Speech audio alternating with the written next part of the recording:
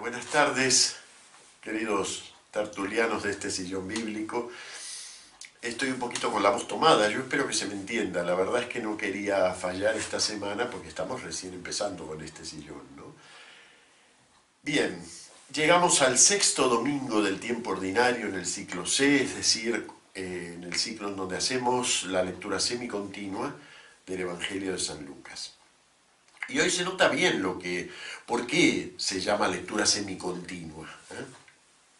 Dejamos la semana pasada una escena en el lago en donde se producía el milagro de los peces, esta especie de cristofanía, de teofanía de Jesús, en la que Pedro lo reconoce de una manera que queda a las claras el misterio de Jesús, queda allí patente. Y se nos dice que dejaron todo y lo siguieron. Esta semana tenemos ya un grupo de discípulos. De hecho, se ha producido ya el agrupamiento de los 12, cuando Jesús nombra a 12. Pero todo eso, todo ese resto del capítulo 5 y parte del capítulo 6, no lo hemos leído en la liturgia. ¿Por qué? Porque se lee en otros momentos, porque la liturgia lo da por supuesto, y que es tarea de ustedes como lectores bíblicos ir rellenando también un poquito esos huecos, ¿no? Ir reflexionando por cada uno por su cuenta de estas pequeñas secciones que van quedando en el camino. Hoy llegamos a las puertas, y realmente es a las puertas, de un discurso inaugural de Jesús que lo conocemos generalmente como el Sermón de la Montaña, aunque en realidad solo es de la montaña en San Mateo. En San Lucas es el Sermón del Llano, porque no lo realiza en la montaña, al contrario, lo realiza específicamente, aclara San Lucas, que el sermón es en el llano. Pero se trata en realidad del mismo acontecimiento, del mismo discurso. En San Lucas está un poquito más abreviado, abarca solo un capítulo, y en San Mateo está más desarrollado e incluso, desde el punto de vista de la redacción, está mejor estructurado. En San Lucas se recoge la tradición de dichos de Jesús y está organizado, no es que no lo está, todo el Evangelio está muy bien organizado, pero no tiene el gran armado que es el que nos ha impresionado desde que lo escuchamos, y siempre cuando uno piensa en las bienaventuranzas, piensa en este sermón, se representa la forma en que lo muestra San Mateo, y no es casualidad que sea así. Pero se trata del mismo sermón, es el sermón inaugural, lo podríamos llamar así, el sermón inaugural del ministerio. También nos sirve este inicio del sermón para reflexionar sobre la relación entre los evangelios. ¿Ven? En la antigüedad, que estaban preocupados porque los evangelios, ellos consideraban, no es que debían hacerlo, pero ellos consideraban que los evangelios debían coordinar exactamente al milímetro uno con el otro. Entonces se llegó a explicar por qué era diferente, a pesar de ser evidentemente el mismo sermón, por qué en un caso decía en la montaña y el otro decía en el llano.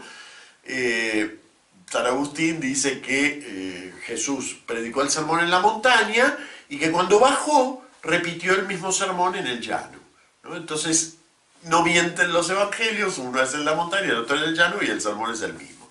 Bueno, esa es una respuesta, la verdad que un poquito traída de los pelos, ¿no?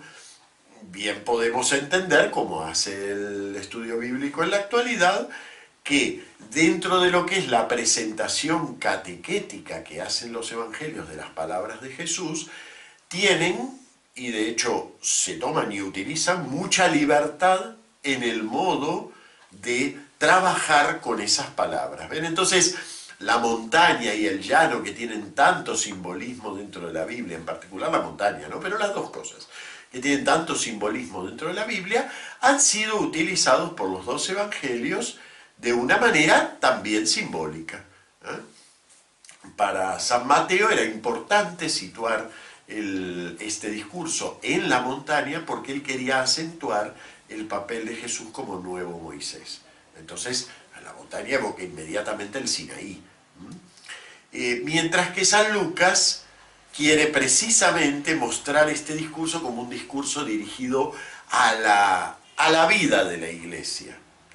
Entonces el llano le da como otro impacto a ese discurso. Además, San Lucas reserva la montaña, salvo cuando no le queda otra, como la transfiguración, ¿no? Obviamente, el acontecimiento de la transfiguración tiene que ver ya con una montaña. Pero San Lucas suele reservar la montaña para ubicar escenas de oración de Jesús. Para San Lucas la montaña es el lugar del retiro de Jesús y no es el lugar de la revelación o de la, como en este caso, la predicación que organiza la iglesia.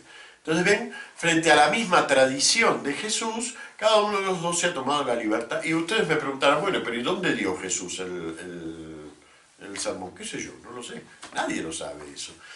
La tradición de las palabras de Jesús no ha quedado ligada, no es una filmación, no ha quedado ligada a escenarios exactos. Directamente no ha quedado ligada a escenarios exactos. Se ha transmitido en forma de frases memorables, en forma de dichos de Jesús, en forma de pequeñas enseñanzas, bueno, las parábolas mismas. Y esos moldes de expresión que se han transmitido y que contienen las palabras de Jesús son presentados catequéticamente acudiendo a un escenario. Los evangelios, precisamente, como les comenté ya la otra vez, la gran creación de lo que es este género literario evangelio, que es, podemos decir que es creación de San Marcos porque no conocemos ninguno anterior, es engarzar toda esa enseñanza en un recorrido geográfico, en un viaje. Eso es lo que hacen los evangelios. Entonces, los escenarios no son reproducción fotográfica de cómo hablaba Jesús. Los escenarios, por eso si después lo queremos filmar resulta que nos faltan un montón de elementos, no alcanza para mucho el material de los evangelios, precisamente porque no es una filmación. Bueno, muy bien. Pero vamos al contenido. En realidad, a pesar de lo impactantes que puedan ser las bienaventuranzas y cuánto las recordamos, y cómo, incluso yo diría que en las últimas décadas se ha todavía enfatizado más la importancia de las bienaventuranzas dentro de la predicación de Jesús, y lo son, pero son al mismo tiempo solamente la introducción a un discurso. Son el exordio del sermón inaugural de Jesús. En realidad el núcleo del sermón inaugural lo leeremos recién la semana que viene. Este año tenemos una suerte con la liturgia, esto no se da siempre, que es que como la Pascua cae muy tarde, entonces nos da la oportunidad de leer en conjunto estos 3 domingos que vienen. Es decir, de pasado mañana, el siguiente, el 7º y el 8º, y recién después empieza la Cuaresma. Y justamente en el 6º, 7º y 8º del ciclo C se lee, no completo tampoco, pero muy sustancialmente, el capítulo 6º de San Lucas, es decir, este sermón inaugural. El núcleo va a estar la semana que viene. El exordio, el inicio, la puesta en lenguaje de ese discurso está hoy. Cuando pensamos en las bienaventuranzas, como les decía antes, solemos pensar en las de San Mateo. Las de San Mateo, que son 8 bienaventuranzas y que están dichas en tercera persona, bienaventurados los que lloran, los que tienen hambre y sed de justicia, bienaventurados los pobres en el espíritu, están dichas en tercera persona y se dirigen a todos los que están escuchando a Jesús. No debemos confundir con la redacción y la enseñanza que nos quiere transmitir San Lucas. San Lucas ha explorado otro aspecto de la predicación de Jesús, dentro de la misma predicación. San Lucas ha explorado otro aspecto. San Lucas nos aclara, cuando comienza, nos dice que había un grupo muy grande, Jesús bajó al llano, y había un grupo muy grande de gente que habían venido a escucharlo, además de curaciones y lo que fuera, habían venido a escucharlo. Lo dice así literalmente, sin embargo, cuando comienza las bienaventuranzas y las malaventuras, porque esto es un conjunto, va a decir, él levantando los ojos hacia sus discípulos, les dijo. Las bienaventuranzas en San Lucas se dirigen de manera prioritaria a sus discípulos, es decir, a nosotros. No se dirigen a la multitud, no se dirigen a todos, podríamos decir así. Luego sí, se va a aclarar en el siguiente bloque que leemos la semana que viene, se va a aclarar que Jesús le habla a todos, y entonces continúa el discurso. Pero San Lucas ha querido reservar estas bienaventuranzas y estas malaventuras a sus discípulos, y es muy significativo eso. Es decir, es parte de lo que San Lucas quiere enseñarnos y enfatizarnos dentro de lo que enseñó Jesús. Bien, la liturgia nos ha juntado este evangelio con un fragmento del profeta Jeremías. Un fragmento de tipo casi sapiencial del profeta Jeremías y con el Salmo 1.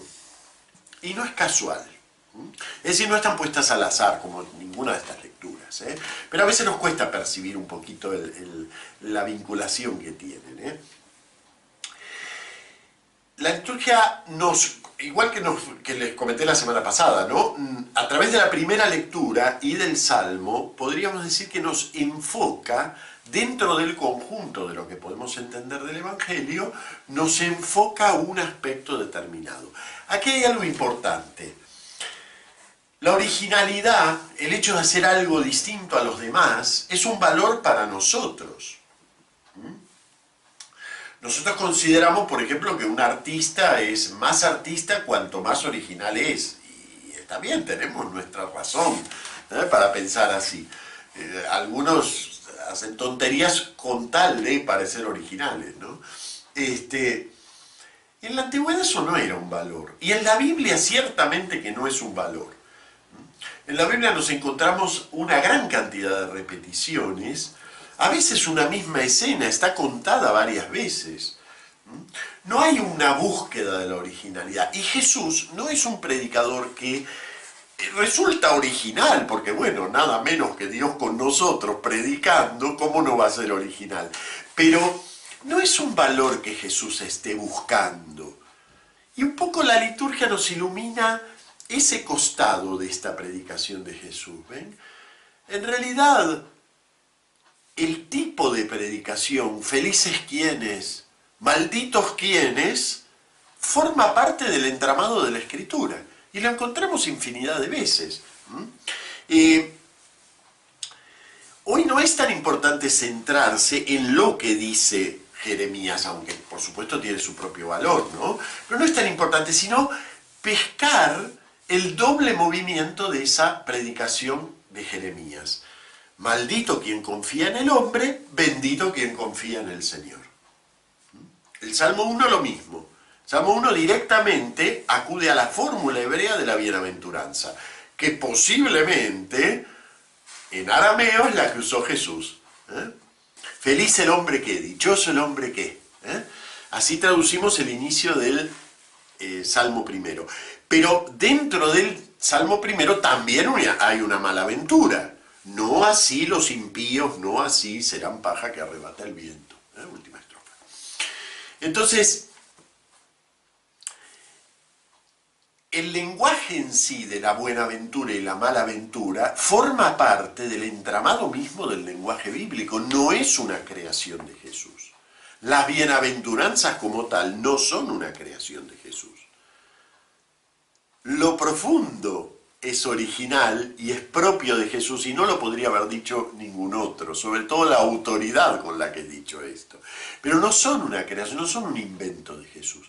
La Biblia viene trayendo su bienaventuranza y también su malaventura, casi les diría que desde la primera página, desde que Dios bendijo a los primeros hombres y los mandó multiplicarse. Bueno, muy bien. Vamos a ver en qué consisten esas bienaventuranzas de Jesús. Ya sabemos que el lenguaje extremo, bendito quien, maldito quien, o dichoso quien, ay de los que, ese lenguaje es un lenguaje que pertenece a la tradición sapiencial profética. Jesús está aquí poniéndose en la piel, por ejemplo, de un Jeremías. Poniéndose en esa piel, en el lado del predicador profético sapiencial. ¿Qué importancia tiene esto? Bueno, que estos predicadores actúan por fuertes contrastes. Jesús es un predicador profético, ya exploraremos en el valor, en la importancia de la figura de lo profético dentro de la iglesia. Jesús es un predicador profético que está muy metido en ese tipo de predicación. Entonces, claro, a nosotros nos puede sonar muy fuerte algunas cosas que él dice. El que no odia a su padre y a su madre. ¿Cómo el que no odia a su padre y a su madre? Bueno, es lenguaje profético. ¡Ay de vosotros los ricos! ¡Ay de los que ahora se ríen! Es lenguaje profético. Son fuertes contrastes, fuertes tensiones. Nosotros, nuestra misión como oyentes de esta palabra de Jesús es encontrar nuestro lugar dentro de esas bendiciones y esas maldiciones. Bien, retomo esto que dije antes. Jesús se está dirigiendo a los discípulos. Esto implica que nos está hablando a nosotros. Está hablando a los que dentro de su iglesia lo siguen. A veces quizás nos cuesta encontrar un criterio para decir quién es cristiano, quién no es cristiano. Y terminamos poniendo nuestras propias reglas de medida, ¿no? No, buen cristiano es el que... sí, muchos se dicen cristianos, pero hay que ver quién es buen cristiano. Efectivamente, la agüita bautismal prácticamente la recibimos todos, bueno, ya no tanto, pero hasta hace muy poco la recibían todos. Entrar en el club de la iglesia y que te den el carné costaba nada más que un poquito de agua. El tema es quién después es un cristiano. Y uno diría, bueno, el cristiano es el que sigue a Jesús, es el discípulo. ¿Y quién es el discípulo? ¿Cómo distingo al discípulo? No a los demás, porque a mí mucho no me toca distinguir quién de los demás es discípulo. Pero, ¿cuándo yo soy discípulo? ¿Cuándo realmente puedo decir que estoy en el camino del discipulado de Jesús? Y entonces nos da San Lucas 4 criterios positivos y 4 criterios negativos. En esta forma profético-sapiencial del dichoso y ay. Bendito, maldito. Nos da 4 criterios positivos y 4 negativos que nos ayudan a ajustar estos positivos. Dichosos los pobres porque vuestro, ojo, fíjense la redacción de las bendiciones estas son distintas que en San Mateo. En San Mateo están en tercera persona, aquí están en segunda persona. Incluso algunos traductores acentúan esto poniendo dichosos vosotros los pobres porque vuestro... En la redacción original lo dice como está en la liturgia. Dichosos los pobres, podría ser en tercera persona, porque vuestro es el reino de Dios. Así que a los que les está hablando, los compromete, si quieren realmente entrar dentro de ese registro de los discípulos y de ese registro de la bendición, tienen que tener un primer compromiso con dichosos los pobres, vosotros. Así que miren, es bastante exigente esto. Dichosos los que ahora tenéis hambre, porque quedaréis saciados. No está hablando de los que padecen hambre a 5 kilómetros, ni a 50 ni a 500. Está hablando de los discípulos.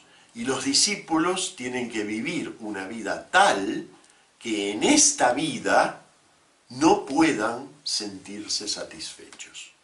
La exigencia es muy grande. La vida del discípulo no puede acomodarse a la satisfacción de este mundo. Y ojo que aquí no habla de pobres de espíritu, es una expresión de Mateo, que traduce a su vez una expresión bíblica. San Lucas De hecho, si él recibió la expresión pobre de espíritu, le quitó el de espíritu y dejó pobres. Porque San Lucas en ese punto es muy firme. Para él el dinero es un escollo para el reino, es una traba para el reino. Y él lo acentúa una y otra vez en su evangelio. Y no contento con eso, cuando llegue la parte de los ayes, ay de vosotros, ay de vosotros, ay de vosotros, la primera que de todas, ay de vosotros los ricos, porque ya tenéis vuestro consuelo. Fijaros por qué lado está el escollo, por qué lado está el escollo al reino. No por el lado, digamos, nos desvía del reino, puesto que ya estamos consolados, mientras que el reino es un consuelo que me tira hacia él. Me hace buscar ese consuelo. Si yo ya lo tengo, no lo busco. Bien. La última es notable, el gran desarrollo que tiene. Dichosos vosotros cuando os odien los hombres y os excluyan y os insulten y proscriban vuestro nombre como infame por causa del Hijo del Hombre. Alegraos ese día y saltad de gozo. ¿Cuántas veces los cristianos pretendemos que nadie nos toque? Somos cristalitos, Entonces se mofa de nosotros un cómico y pone una rana colgada en una cruz y dice, ¡ay, qué blasfemo eso! El Estado lo tiene que prohibir. ¿Cómo estamos pidiéndole al Estado que haga las cosas que... Si Jesús dio otro camino, ¿por qué nosotros tenemos que ir al Estado a pedirle nada? Si Jesús dio otro camino. Ese día, sin decirle nada al artista, porque nos tomaría por locos, nos tenemos que saltar y alegrarnos, saltar de gozo, porque nuestra recompensa será grande en el cielo. En cambio, si el Estado me lo arregla, no sufro ahora, pero tampoco soy discípulo. El premio a no sufrir ahora es no ser discípulo. Cada uno elegirá lo que quiera. Bien.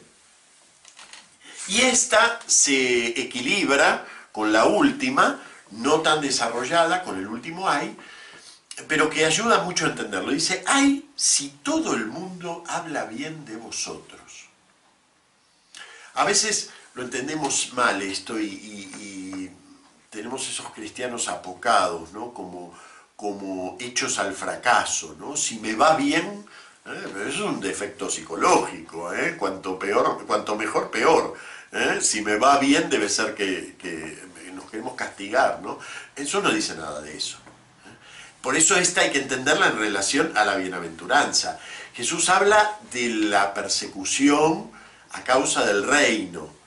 Entonces, efectivamente, si todo el mundo habla bien de nosotros los cristianos, porque no molestamos demasiado, porque no damos vuelta a ningún criterio, si todo el mundo nos invita a sus salones y todo el mundo hace de nosotros su compañero de mesa, porque total no molestamos, ahí es cuando ya tenemos nuestra recompensa. Ahí es cuando Jesús nos compara con algo fundamental, que son los falsos profetas.